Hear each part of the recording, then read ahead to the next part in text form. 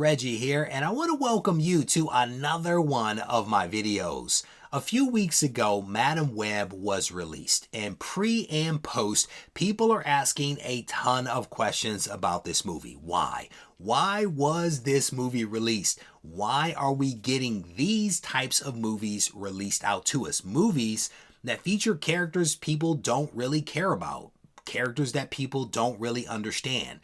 Who asked for this movie? Those are some of the questions that have been circulating about the internet for a while.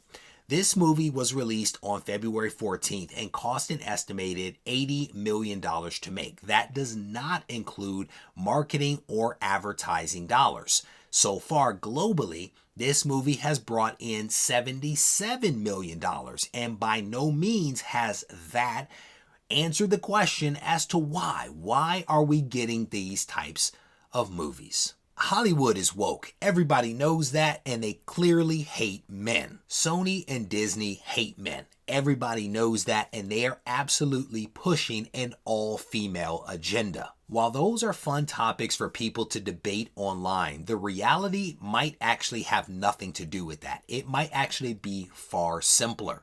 The reality is that corporations need to make money.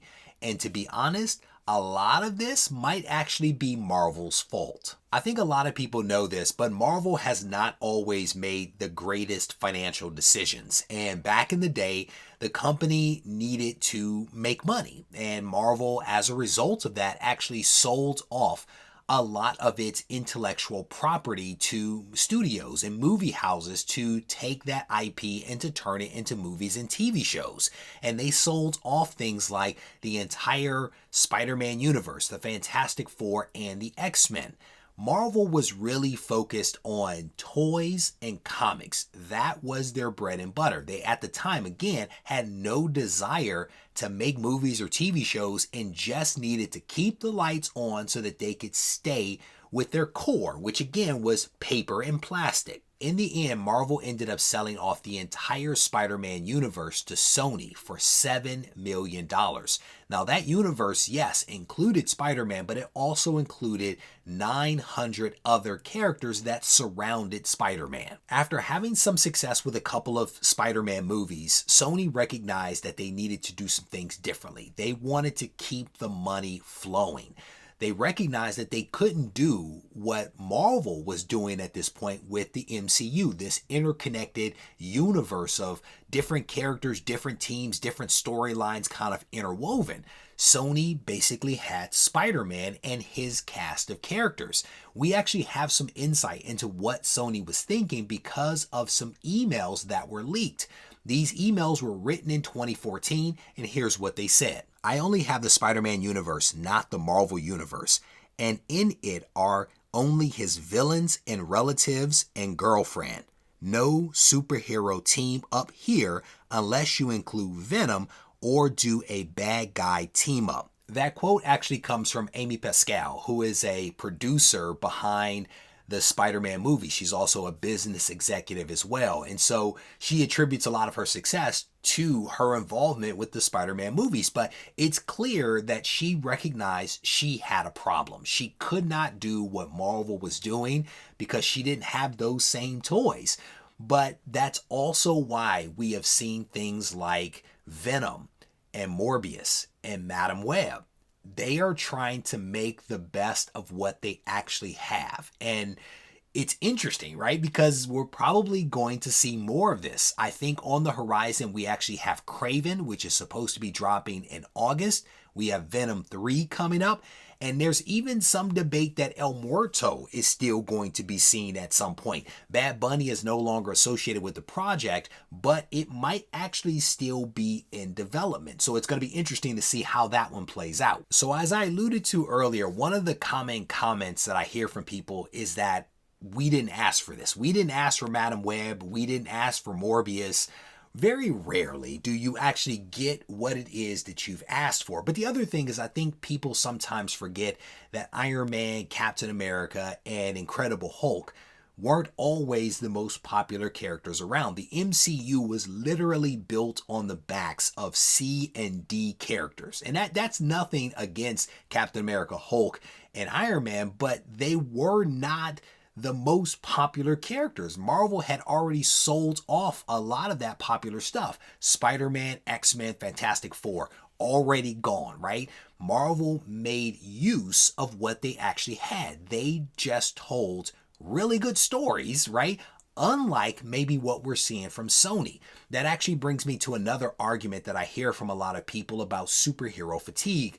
I personally don't think that superhero fatigue is a thing. I think bad story fatigue is a real thing. If these studios invest real money in developing these characters and telling really compelling stories, I don't think it matters whether someone is a superhero or not. It's about the quality of the story. It's about the quality of the production, and that's been lacking. And that might be why movies like Morbius and Madam Web have suffered. And honestly, even some of the Marvel movies have suffered for those very same reasons.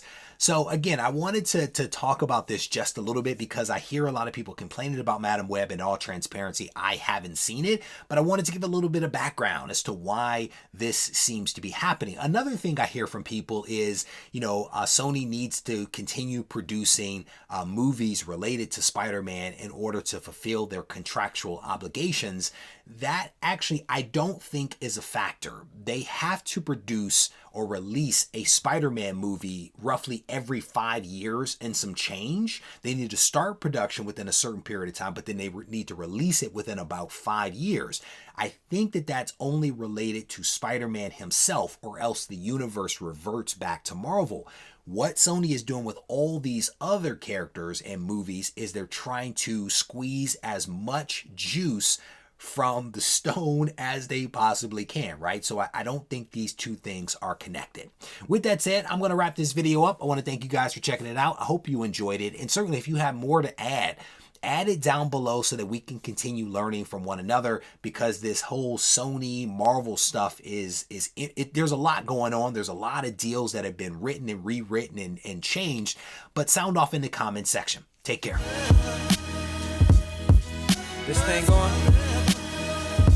Mic check. I just want to make sure y'all can hear me clearly. Yo, should you practice art? Or should art be your practice? I had a question, so I asked it. Not to anyone specifically, but to my inner God, the one that's gonna be a master, the one that's more than a rapper, the one that's an educator, the one that seeks enlightenment. He travels with concepts, he's got the mindset expansive. He understands that his time combined with travel and concepts makes his mind convex.